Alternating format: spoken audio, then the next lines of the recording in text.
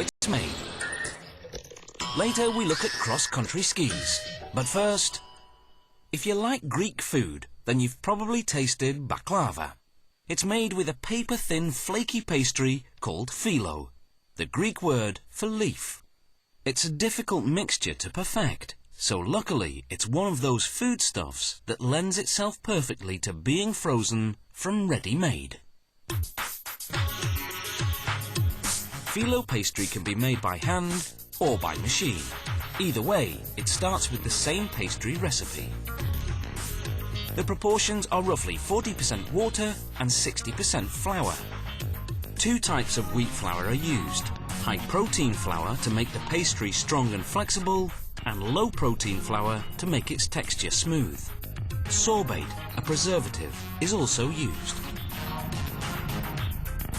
After about 15 minutes of mixing, a section is cut off and fed into a machine called the divider, which transforms it into a cylindrical wad.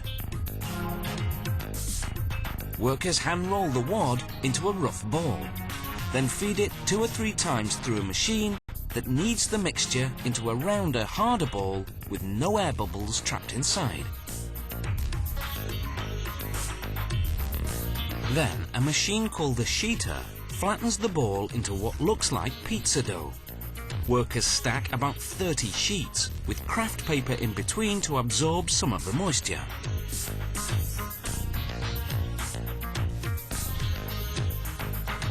Next is the key step called opening the pastry.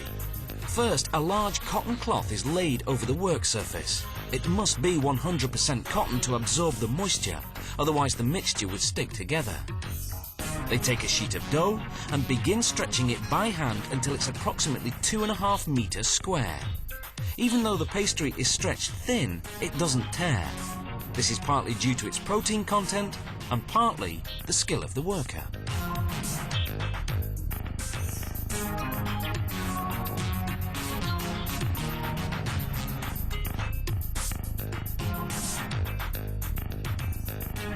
The process is repeated with all 30 sheets, stacking them one on top of the other.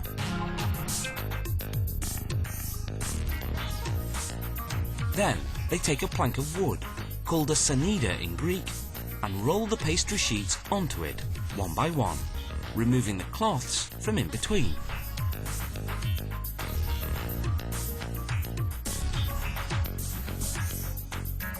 They sprinkle cornstarch onto the pastry, just enough to prevent sticking.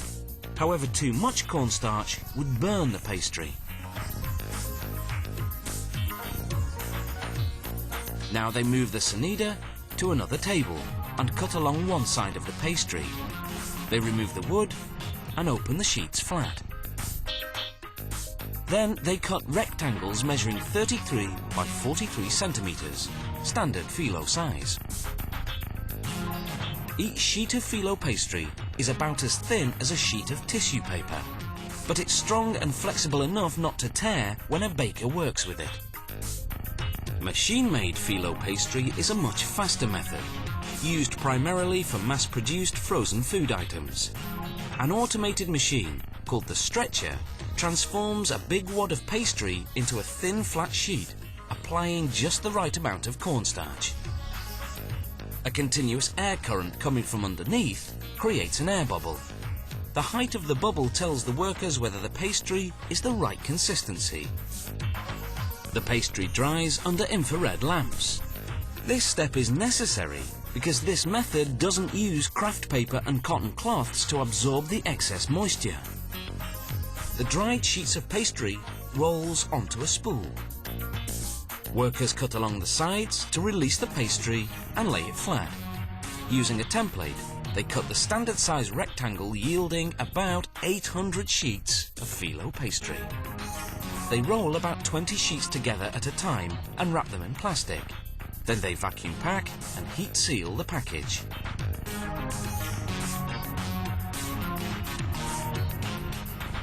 Phyllo pastry stays fresh for 6 weeks in the refrigerator and 6 months in the freezer. Time enough for you to make a fantastic feast.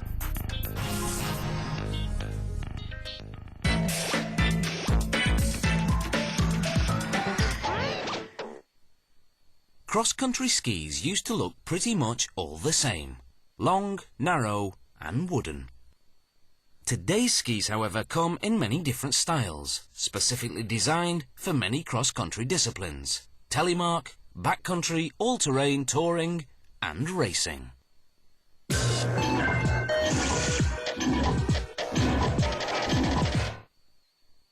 Archaeologists in Scandinavia have uncovered ski artifacts 5,000 years old.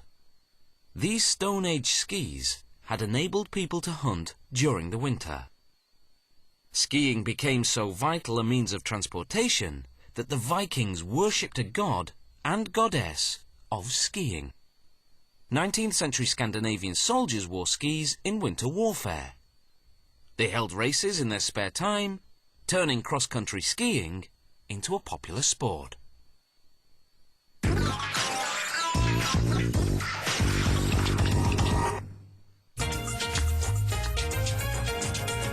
One way to make cross-country skis is compression molding, a process that uses heat and pressure to bond the components together.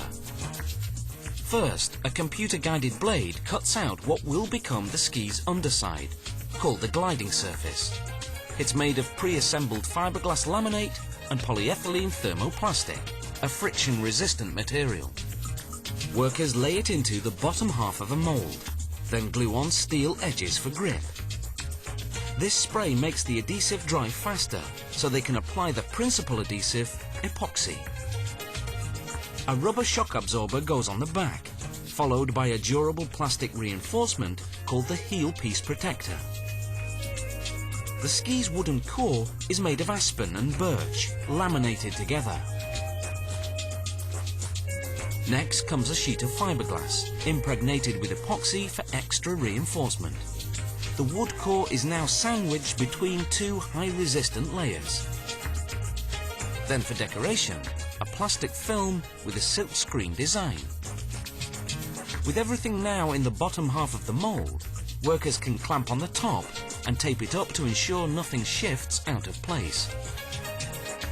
Then it's into a press that compresses the mould and heats it to 85 degrees Celsius. This activates the epoxy, hardening it in 15 minutes, depending on the thickness of the ski.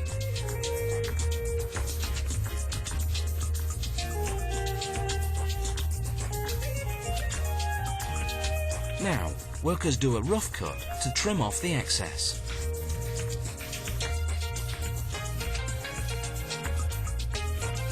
Then they sand all the edges until they're smooth.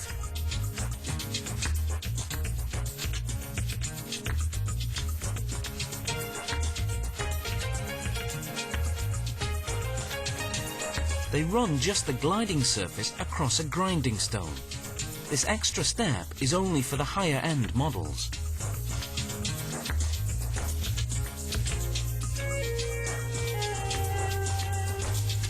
Another way to make cross-country skis is by a process called reaction injection molding. First, they place the ski's top layer, a fiberglass epoxy sheet, in the mold. Then comes the gliding surface, made of pre-assembled fiberglass laminate and polyethylene with a high-resistant backing. Instead of a wooden core in the middle, this press injects a super-resilient plastic. In just 3 seconds, the injection phase is over and the reaction phase begins. This demonstration shows what happens. First, the plastic inflates. Then it hardens.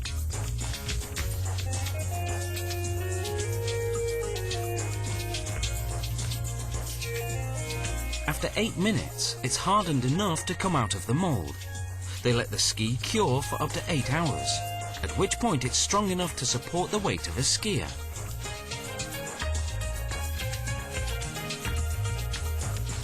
So now these 3 components, the top layer, the polyurethane middle, and the gliding surface, are one. Now comes the finishing. First, workers trim and bevel the edges, then sand the gliding surface.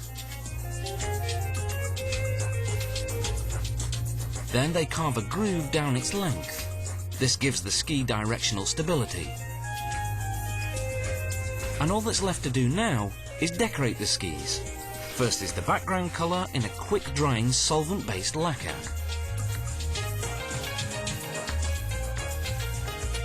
The design is manually applied, one colour at a time, using the silkscreen process.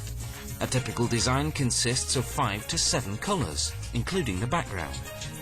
So now the skis look great, it's up to you to look great too. And don't slip head over heels in the snow.